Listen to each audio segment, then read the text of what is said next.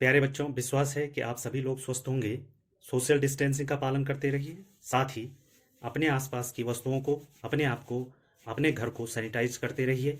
घर से बाहर निकलते समय मास्क का प्रयोग अवश्य करें। इसी मंत्र के साथ अपने आप को कोविड-19 से दूर रखिए। इसी के साथ ही आज के वीडियो के लिए हमारा जो उद्देश्य प्रश्न है वह किसी परिमित लंबाई के धारावाही चालक के कारण किसी बिंदु पर चुंबकीय क्षेत्र ज्ञात करना है। इस उद्देश्य प्रश्न के उत्तर की शुरुआत हम सूत्र स्थापना से करेंगे। इसके लिए सबसे पहले हमें एक डायग्राम की आवश्यकता होगी। इसके लिए मैंने यहाँ पर डायग्राम बनाया है जिसमें एक परिमित लंबाई का एक धारावाही चालक एक्स वाई जिसमें आई धारा प्रवाहित हो रही है, इसके किसी बिंदु O से लंबवत r दूरी पर स्थित बिंदु P पर हमने चुंबकीय क्षेत्र की तीव्रता ज्ञात करनी है। P से सिरे X तथा सिरे Y का जो फैलाव है वो क्रमशः φ1 तथा φ2 है। हम जानते हैं कि जब हम किसी धारावाही चालक के कारण किसी बिंदु पर चुंबकीय क्षेत्र की तीव्रता ज्ञात करते हैं तो इसके लिए हमें एक धारावाही अल्पांश यानी कि करंट एलिमेंट की आवश्यकता होती है। यहाँ पर हमने एक करंट एलिमेंट AB लिया जिसकी लंबाई dl है, यानी कि यहां पर जो करंट एलिमेंट होगा वो IDL होगा। यहां पर आपको स्क्रीन पर पूरा डायग्राम दिख रहा होगा जिसकी कि हमें डेरिवेशन में आवश्यकता है। इस डायग्राम में अल्पांश AB के बिंदु A पर जो अंतरित कोण है यानी कि जो कोण APO या OPA है वो फाई है तथा A से बिंदु P की दूरी x है। अल्पांश AB द्वारा बिंदु P पर बनने वाला कोण d फाई है तथा अल्पांश पर बिंदु P से जो बनने वाला कोण है जिसकी कि हमें बायो-सेवर्ट के नियम में आवश्यकता है वह थीटा है। यहां पर हमने x दूरी का बिंदु P से एक चाप AC लिया जो कि बिंदु C पर BP के लंबवत है, यानी कि AC BP के लंबवत है। इसका अर्थ यह हुआ कोण ABC एक समकोण त्रिभुज होगा और यहां पर चाप AC की जो गणना करेंगे वह हम सूत्र चाप बराबर त्रिज्या गुणा कोण से ज्ञात कर लेंगे। ठीक है, अब इसके बाद हम इस डेरिवेशन के मैथमेटिकल पोर्शन पर आएंगे। यदि AB द्वारा अल्पांश या धारावाही अल्पांश AB द्वारा बिंदु P पर चुंबकीय क्षेत्र की तीव्रता dB हो तो बायो-सेवर्ट के नियम से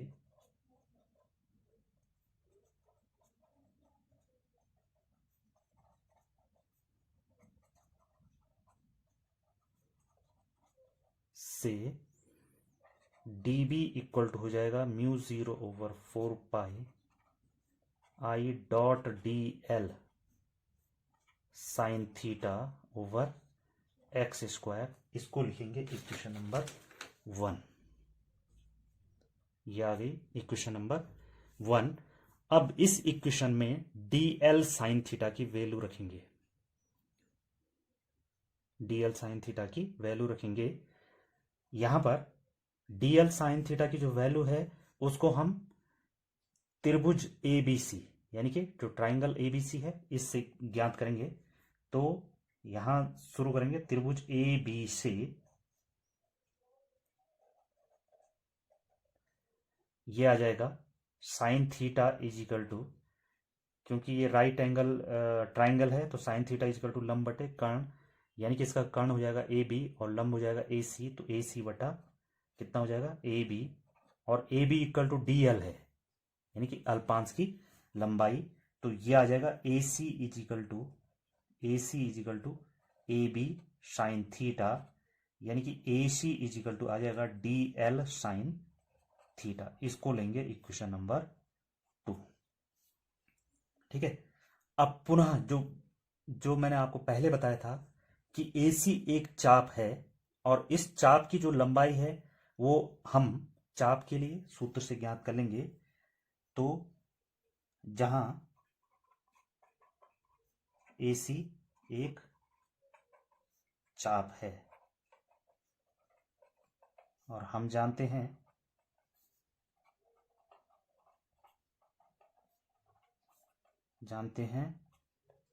कि चाप इक्वल टू त्रिज्या इंटू कोण, या कोण गुणा त्रिज्या। तो यहां से चाप है AC, त्रिज्या है यहाँ पर x, यानी कि x को हमने त्रिज्या लेकर बिंदु P से केंद्र मानकर हमने चाप खींचा था AC। तो यह आ जाएगा AC equal to x into d phi. ये ले लेंगे इक्वेशन नंबर 3। अब इक्वेशन 3 और 2 की तुलना करेंगे तो यहां पर आ जाएगा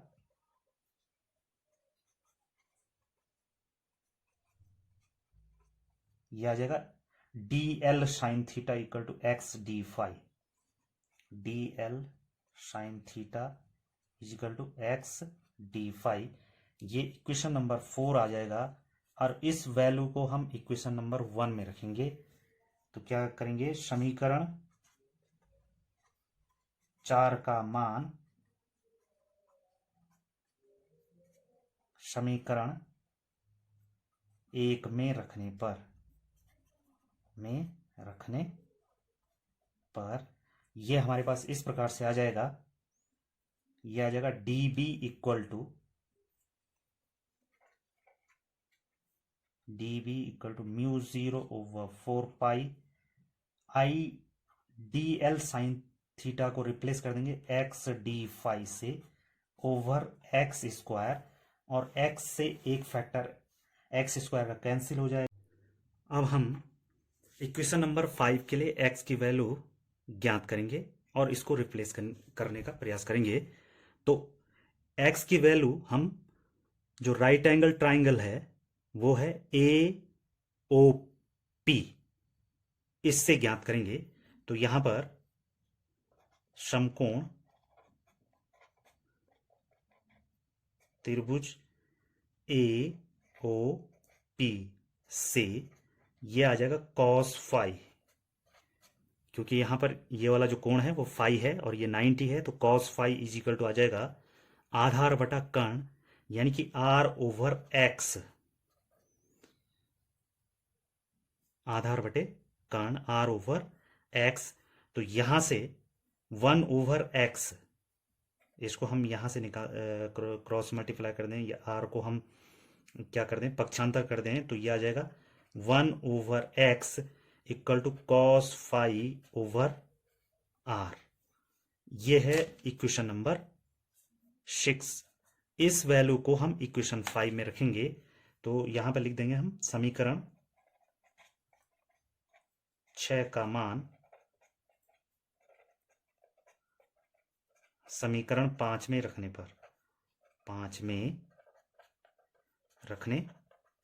पर यह हमें इस रूप में प्राप्त हो जाएगा dB equal to mu 0 over 4 pi और 1 ओवर x, इसको हम लिख सकते हैं 1 ओवर x।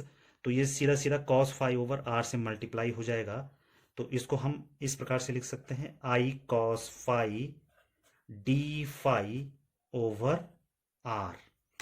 यह आएगा इक्वेशन नंबर 7। अब यह आ गया अल्पांश के कारण अल्पांश AB या धारावाही जो अल्पांश आइडियल है उसके कारण बिंदु P पर चुंबकीय क्षेत्र की तीव्रता।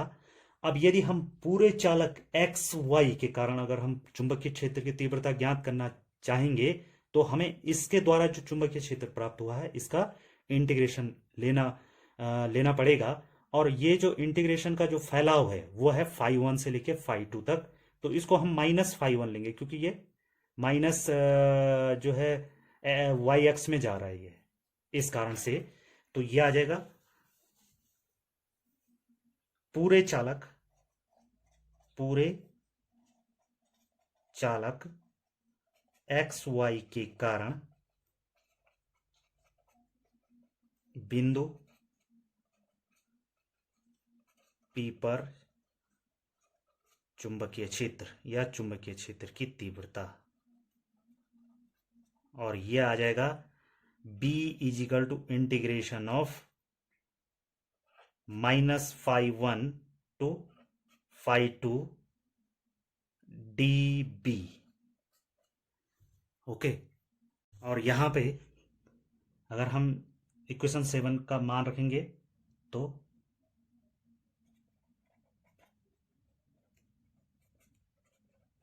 ये आ जाएगा b is equal to integration of minus five one to five two mu zero over four pi I over R, ये आ जाएगा कॉस फाइव डी फाइव। अब यहां पर mu zero over five I over R constant है, ये मैं पहले भी बता चुका हूं तुम्हें।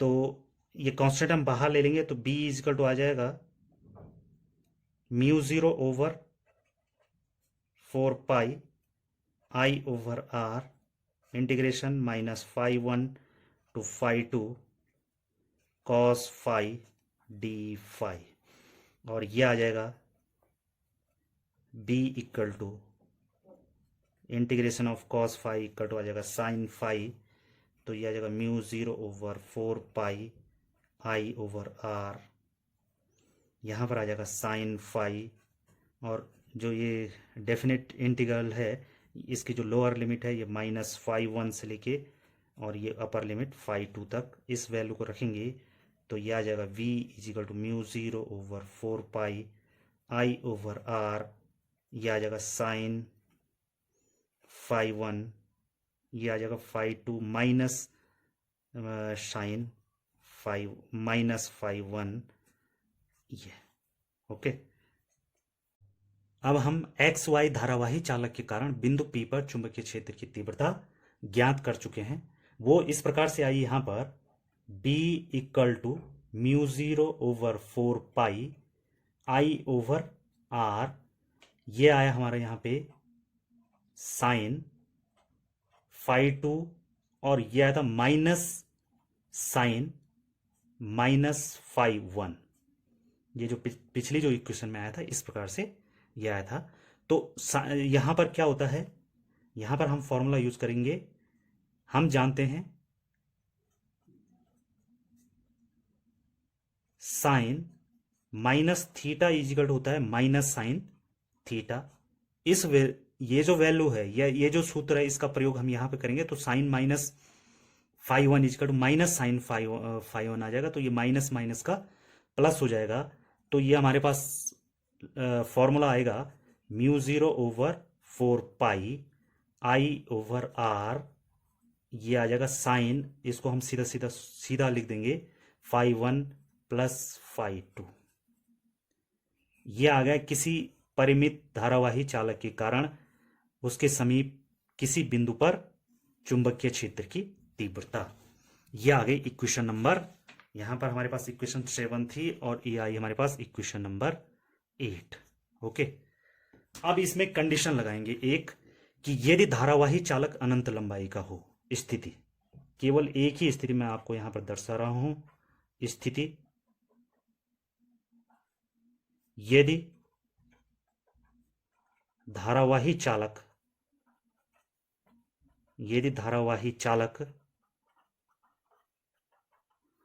अनंत लंबाई का हो या उसकी लंबाई क्या हो, अनंत हो, तो अनंत होने पर जो बिंदु P के साथ जो कोण बनेंगे, ये जो x और y यदि अनंत दूरी पर चले जाएं तो इनका जो कोण बनेगा बिंदु P के साथ वो क्या हो जाएगा, 90 डिग्री का हो जाएगा। तो ऐसी स्थिति में फाइव वन इक्वल टू 90 और तथा फाइव टू इक्वल टू 90, ये दोनों कोण क्या होंगे, समकोण होंगे, का मान समीकरण 8 में रखने पर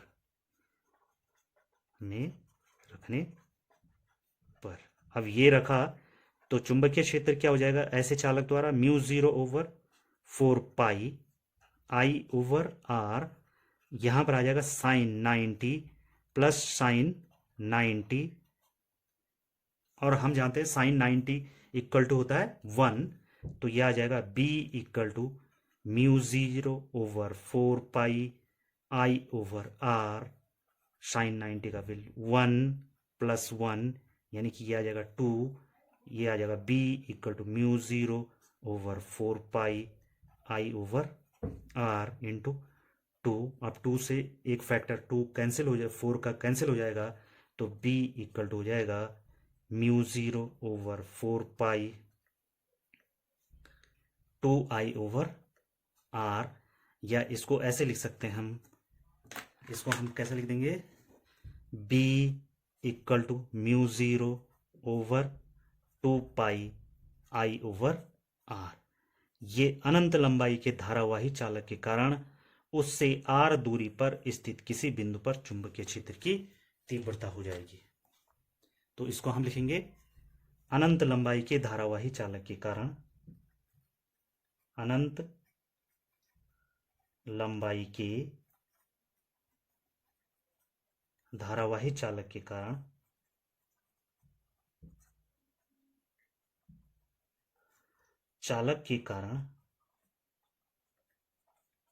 कारण चुंबकीय क्षेत्र, यानी कि उससे r दूरी पर स्थित किसी बिंदु पर चुंबकीय क्षेत्र या चुंबकीय क्षेत्र की तीव्रता। तो ये पूरा जो डेरिवेशन है ये इस प्रकार से आ गया। ये आपका ये डेरिवेशन हो गया, ये काफ़ी इंपॉर्टेंट है। और इसका जो ये वाला पार्ट है दूसरा वाला, ये अपने आप में जब एम्पियर का नियम आएगा तो उसके अनुप्रयोग में भी डिस्कस होगा। ओके।